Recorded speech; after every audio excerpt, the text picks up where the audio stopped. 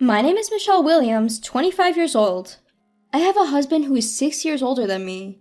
We've been married for 2 years now, and in both good and bad ways, our relationship hasn't changed. Even now, my husband often tells me, "I love you." Although this straightforward expression of affection can be embarrassing, I'm honestly happy that he continues to say it. However, there are times when I wonder if he truly loves me. This is particularly the case when he prioritizes his parents over me. Before we got married, I wasn't too bothered by it.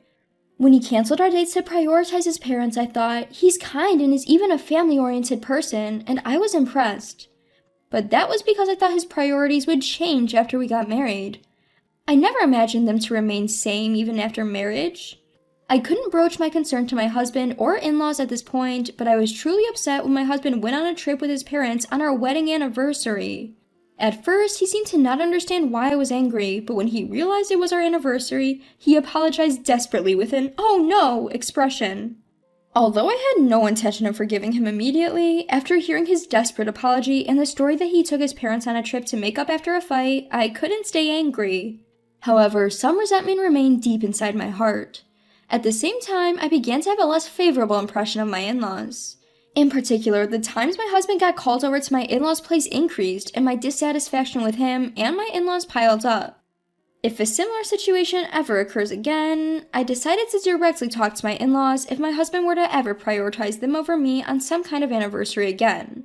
One Friday night, I ran into my older sister in town as I was rushing home from overtime work. We hadn't seen each other much since we both got married, so I was happy to see her, and we decided to go out for dinner, just the two of us. Out of courtesy, we both let our husbands know, and we headed to a nearby pub. Since both of us were off from work the next day, we decided to enjoy our meal and conversation with some drinks that we usually refrain from.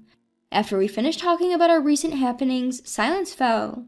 As I sipped my drink and thought about the next topic of conversation, my sister suddenly started chuckling. When I asked her what was wrong, she just said she remembered something funny. She didn't seem to want to talk more about it, but when I insisted she tell me, she reluctantly started speaking.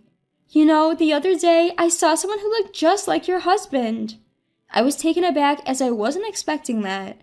As I urged her to continue, my sister said, "Well, he was with a child, so I knew right away that it wasn't him, but he looked so much like him that I did a double take, and because of that, I ran into a lamppost." She then lifted her bangs.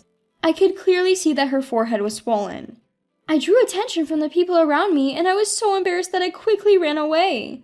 I felt sorry for my sister who was starting to complain while fixing her bangs, but I couldn't help but laughing at my reliable sister's mishap. I thought I'd tell my husband about the story I heard from my sister when I got home, but I completely forgot and fell asleep. Moreover, I felt ill the next day. I'd been laid down in bed, completely taken down by a dreadful combo of sore throat, chills, and fever. My symptoms, far from abating, only got worse, and I was contemplating whether or not to see a doctor when I heard some noise. When I went to check it, there was my husband John preparing to leave with his Boston bag in hand. I called out to his retreating back in a panic. "Where are you going?" John shrugged his shoulders and slowly turned around. Although I wished he would stay by my side given my poor health, he seemed oblivious to my feelings and said, "I've promised my parents to take them to a spa today. I'll be back later," with an unapologetic expression. I begged John, "Please don't go." Judging by his luggage, it seemed he wouldn't return home today if he left. I thought that he would surely reconsider when he saw my current condition, but to my disappointment he said, "The spa's booked, and it would be a waste to cancel now," and he left. For a few minutes after John left, I was in a daze. I felt as though I had been abandoned by my husband, but staying there wouldn't bring John back. I gave up and went to bed. In the middle of the night, I woke up suddenly and noticed that my body was abnormally hot. The fever, far from dropping, seemed to have rose even higher. I thought this was bad and wanted to take some medication, but I didn't even have the energy left to go and get medicine or a drink. Alarmed, I decided to call John to come back home. However, I received no response. He probably had his phone turned off. Frustrated with my husband, I then called my mother-in-law. My mother-in-law answered the phone immediately. I wanted to complain about everything so far, but I was at a loss for words when she asked, "What's the matter?" In my confusion, I asked my mother-in-law, "Isn't John with you right now?" She replied, "No, he isn't here. Actually, I haven't seen my son for a while now." My mind went blank at my mother-in-law's words. My mother-in-law, sensing something was wrong due to my silence, kept calling my name. However, I was unable to respond to her and ended up hanging up the phone. Physically and mentally drained, I lost consciousness right then and there. I don't know how much time had passed. The first thing I saw when I opened my eyes was not John's face, but my mother-in-law's face peering into mine. "Is that you, mother-in-law?" "I'm sorry, but I let myself in with a spare key." I shook my head at my mother-in-law's words. "No, on the contrary, thank you." I could tell from her casual attire and lack of makeup that my mother-in-law had rushed over in a hurry. Although it was different from my usual impression of her, I felt glad. I accepted a glass of water from my mother-in-law and took a sip. My mother-in-law quietly waited for me to finish drinking, then asked, "Do you think you can eat some Jell-O?" I nodded in response to my mother-in-law's words, ate the Jell-O she handed me, and then swallowed some of the over-the-counter medication she had brought. As the medicine took effect and I began to feel a little better, tears started rolling down my cheeks. My sudden crying must have surprised my mother-in-law, but she waited patiently until I had finished. After a while, my tears stopped, and I began to feel embarrassed for having cried in front of my mother-in-law. I felt guilty for burdening her and bowed my head in apology, saying, "I'm sorry for the trouble." When I apologized, my mother-in-law responded, "It's all right, but where is my son when you're suffering like this?" She remarked about my husband, who was not present. I couldn't say anything and just looked down. However, my mother-in-law remained silent, patiently waiting for me to speak. Overwhelmed by the silence, I decided to tell her everything that's been going on. By the time I finished talking, my mother-in-law's face had turned into a stern one.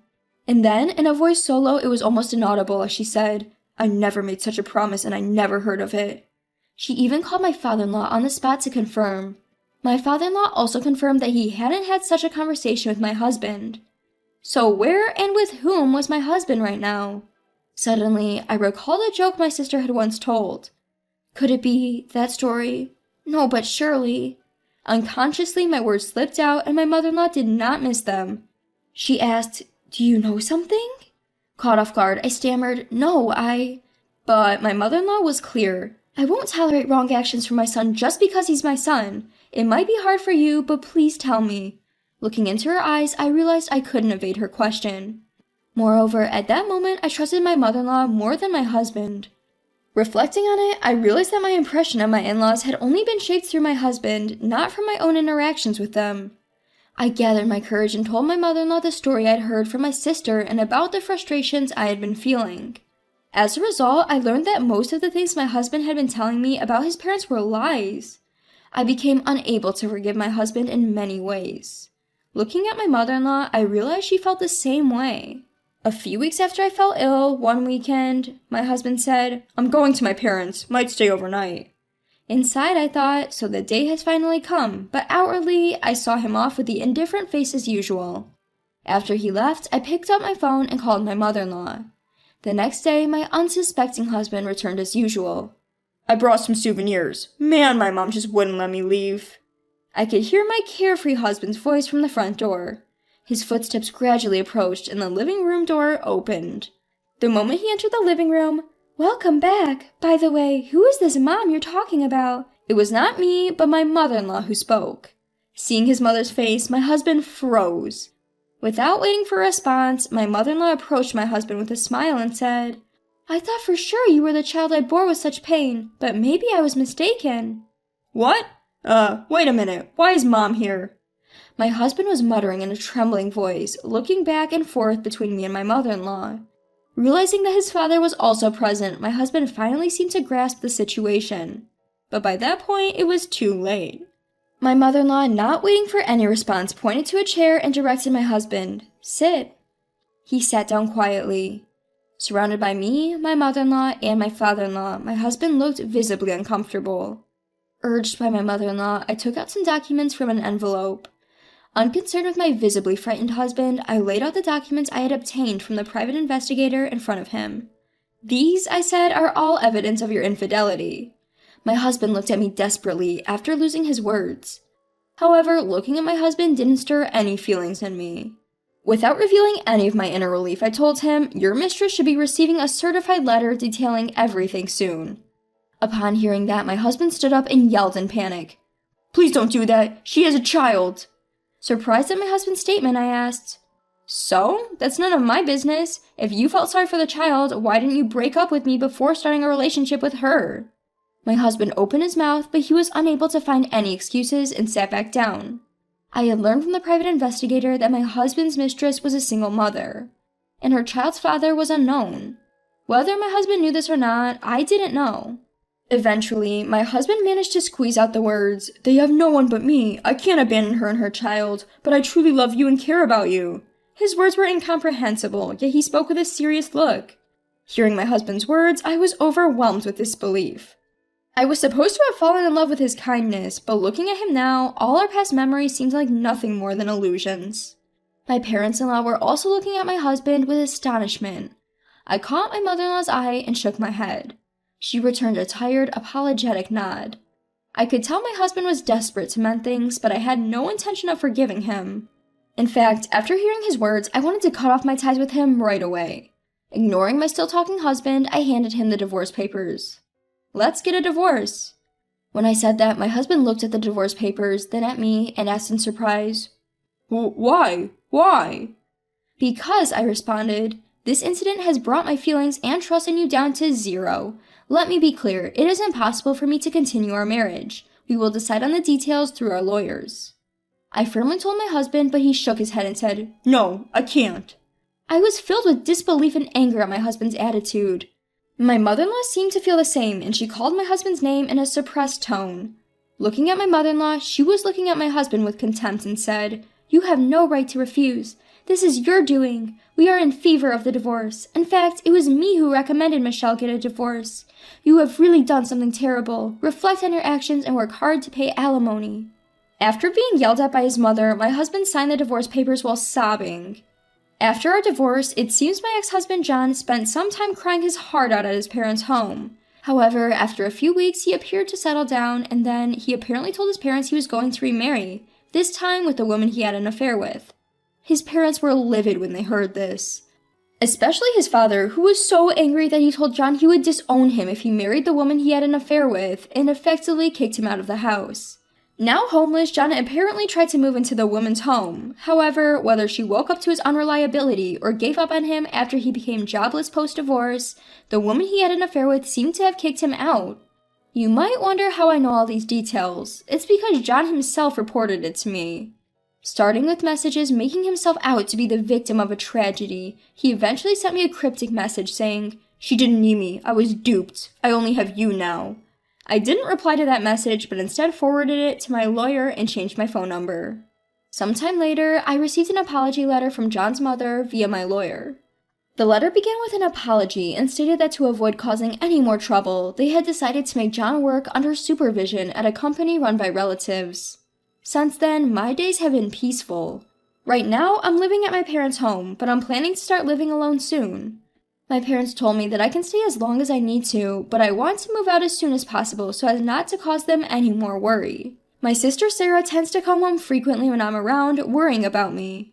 In the time following my divorce, there were days when I felt mentally unstable, but I have since regained stability thanks to my family.